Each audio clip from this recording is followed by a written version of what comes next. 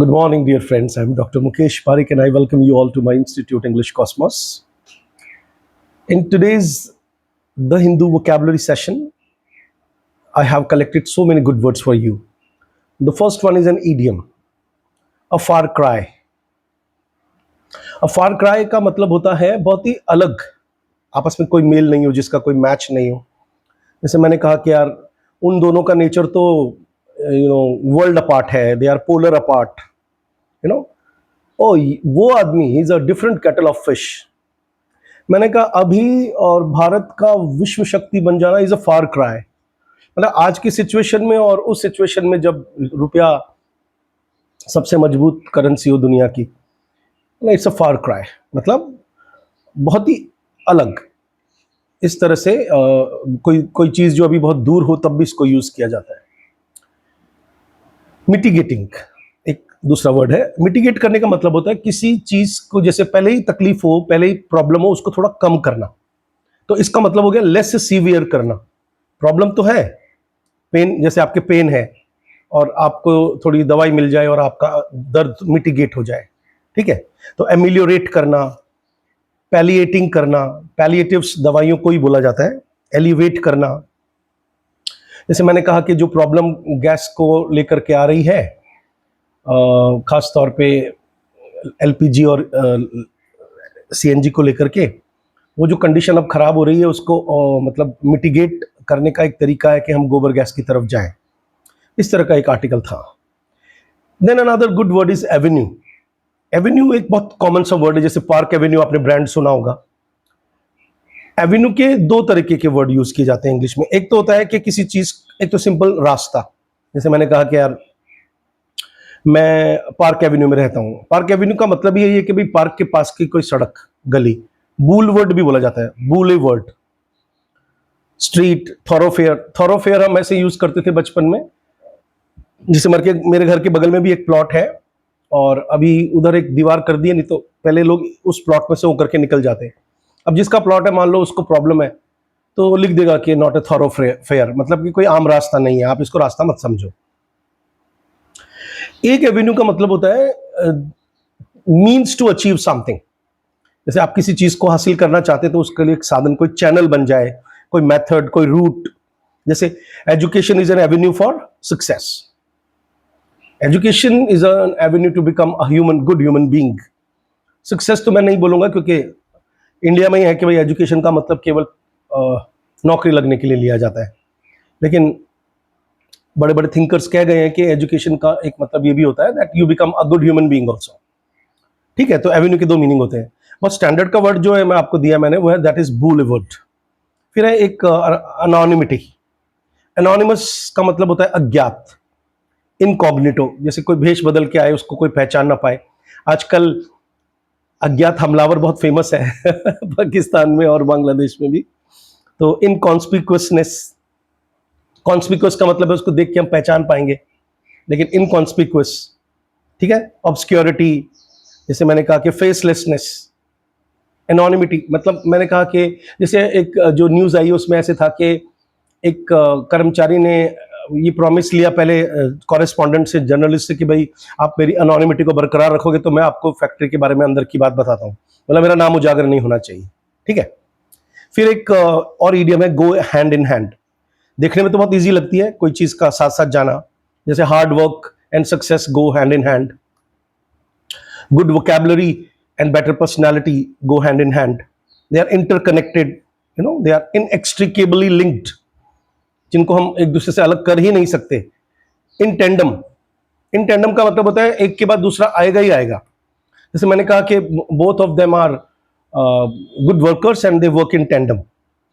जैसे English and maths, in that institute the teacher of maths and English, they teach in tandem. मतलब maths वाला class ले जाता है, उसके बाद इंग्लिश वाले सर आते हैं, फिर इंग्लिश वाले ले जाते हैं, मैथ्स वाले सर आते हैं, ऐसे.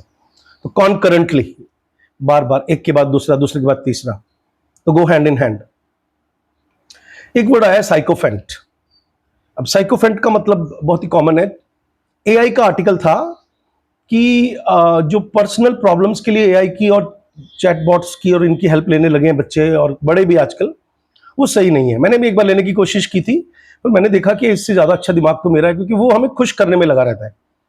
एक बार मैंने एक गलत फ़िल्म का नाम मेरे दिमाग में रह गया और मैंने उसको टाइप कर दिया, तो उसने मुझे सही नाम दिया, लेकिन मैंने उसको दोबारा कहा कि तुम गलत कह रहे हो, ये नाम ऐसे नहीं ऐसे है। तो उसने तुरंत ही मेरी बात मान ली। तो इसका मतलब है वो बड़ा चापलूस है, चैट जीपीटी या एआई। वो बड़ा टोडी है, बड़ा सर्वाइल है। सर्वाइल का मतलब है बिल्कुल सर्विट्यूड है, उसमें एक मिनियन की तरह काम करता है। मिनियन एक फिल्म भी आई थी, मिनियन नौकर को भी बोलते हैं। जैसे कई बार मैं अपने स्टूडेंट्स को कहता हूं कि why don't you make dictionary और मिनियन। मिनियन मतलब जैसा आप कहो वैसा कर ले। फॉनर, योर यस मैन। ऑब्सिक्वस, आप कोई खुश करने में लगा रहे, जैसे ऑब्सिक्वस एक बहुत कॉमन वर्ड है, जैसे वो काउंसलर्स या एयर हॉस्टेसेस होता है ना, कुछ लोगों को आप नेगेटिव बोलना नहीं चाहते क्योंकि उनसे आपको नुकसान हो जाएगा, तो you are always like hello sir कैसे हैं आप, ऑब्सिक्वस, है ना। तो वो जो राइटर है वो एआई के नुकसान बता रहा है कि आपको टोकने वाला भी होना चाहिए। इट्स नॉट गुड दैट आपको जो आंसर चाहिए मन में आपके है उसी तरह का आंसर वो आपको दे दे, तो फिर आपके फिर प्रॉब्लम का सॉल्यूशन ही क्या निकला, ठीक है।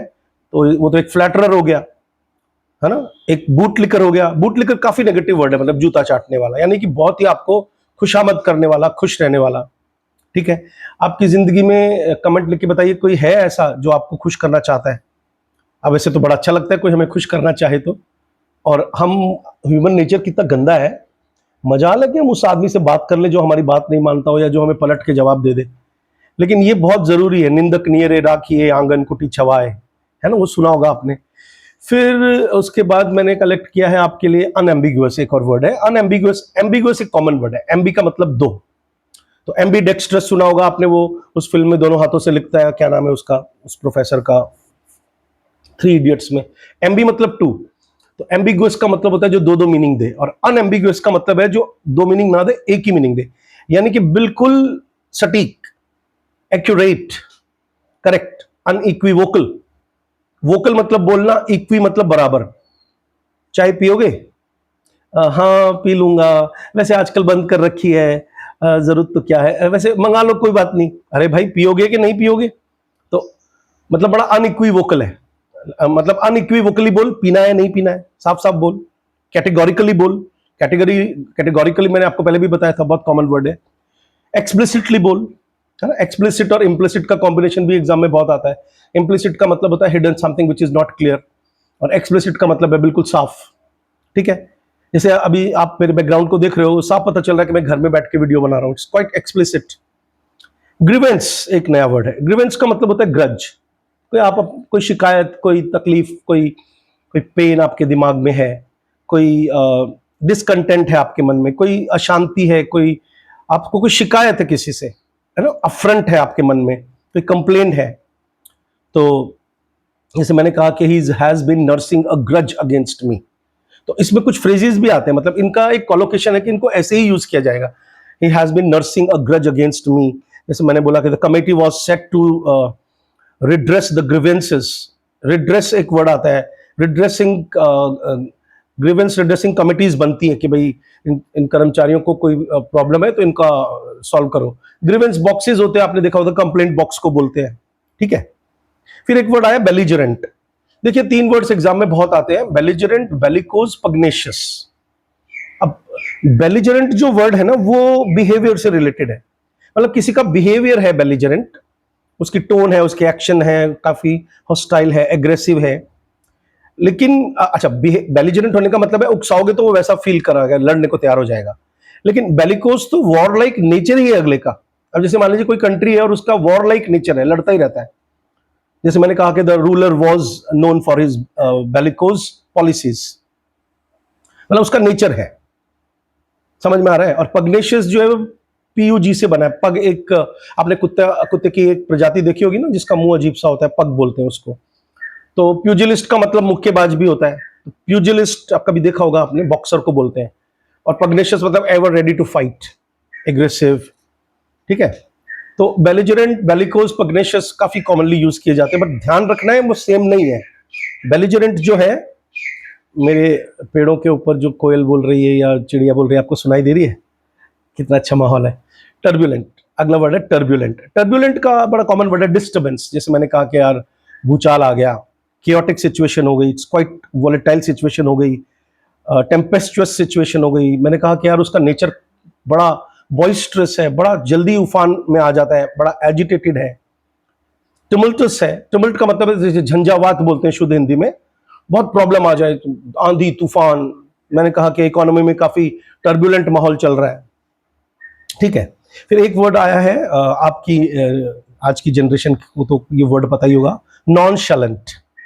नॉनशलेंट का मतलब क्या होता है? बिल्कुल काम, कंपोज्ड, बिल्कुल ऐसे अनरफल्ड, डिटैच्ड, कूल जिसको बोलते हैं। He is a very cool person, कोई लेना ना देना किसी चीज से, डिसइंटरेस्टेड।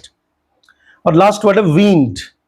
बच्चे को जब माँ का दूध पिलाने से हटा दिया जाता है, या जब वो कभी कभी ऑटोमेटिकली भी हट जाता है, तो उसको अपन इंग्लिश में बोलते हैं वीन करना, डाइवर्स्टेड करना, विड्रॉन करना, ग्रेजुअली हटा देना। तो जैसे एक सेंटेंस लिखा मैंने कि he was weaned of social media.